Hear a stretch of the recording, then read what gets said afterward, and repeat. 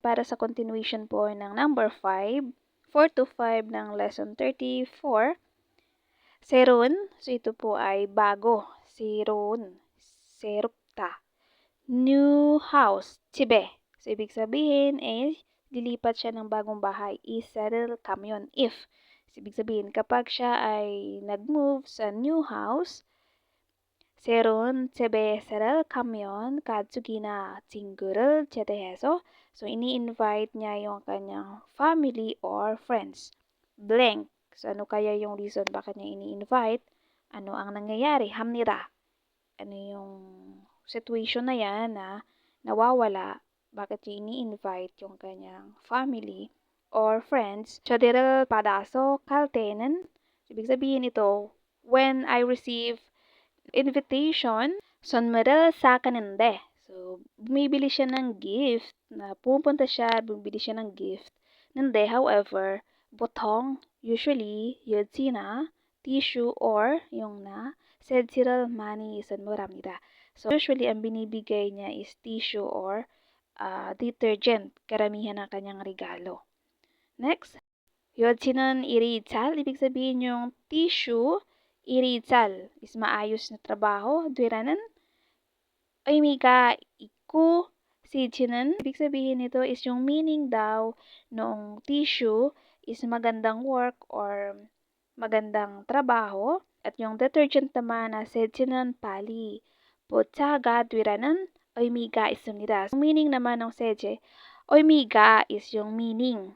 So, ibig sabihin, kapag yan yung binigay mo na gift sa kanila, is mabilis yung pagyaman.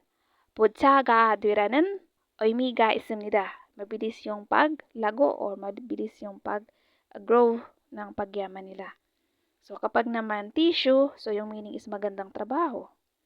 So, next, 요즘은, so these days, 부부가, so grabe naman itong 부부가. So, 부부 is yung couple or yung mag-asawa. Together, 함께, 서로, 서로서이는, so ibig sabihin is to use, 쓰다 is to use, plus yung 서로서이는, so pwedeng gamitin ng mag-couple these days is yung coffee chan, ibig sabihin is yung cup or yung flower pot. So these days daw is nagbibigay din ng regalo na flower pot or yung kapihan or yung tasa na yun, yung nilalagyan ng kape na pwedeng gamitin ng mag-partner or ng mag-asawa. So, ngayon, ano yung nawawala doon sa blanco? Il, dolçansi, ito yung first birthday party. I, 집들이, housewarming party. Sam, 결혼식, yung wedding. Sa, single party, ito po yung birthday party naman. So, ang sagot ay number 2, 집들이. So, ibig sabihin, nag-i-invite siya dahil nga mayroon na ginagawa ng housewarming party kapag lilipat ng bahay. So, sa number 5 naman ang tanong, 세제를 선물하는 것은 어떤 의미입니까? So, ibig sabihin, ano daw ang ibig sabihin ng pagririgalo ng detergent? 일이 잘 되기를 바랍니다. So, ibig sabihin is nagwi-wish siya ng magandang work or everything goes well. So, ano ba yung seji? Hanapin natin yung seji is, ano yung meaning niya? Dito tayo sa seji is yung mabilis na pagyaman. Pali putsaga. So, doon po yung ating hanapin sa choices. Number 2, 건강하기 살기를 바랍니다. So, wini-wish niya na maging healthy yung kanyang life. Yung kanyang pamumuhay is maging healthy. 3, 빨리 부자가 되기를 바랍니다. Wini-wish niya na maging mabilis yung pagyaman. So, I hope na magiging wealthy. So, yan po yung makikita natin sa sentence. Kaya yan po yung sagot sa number 5 natin, Sam.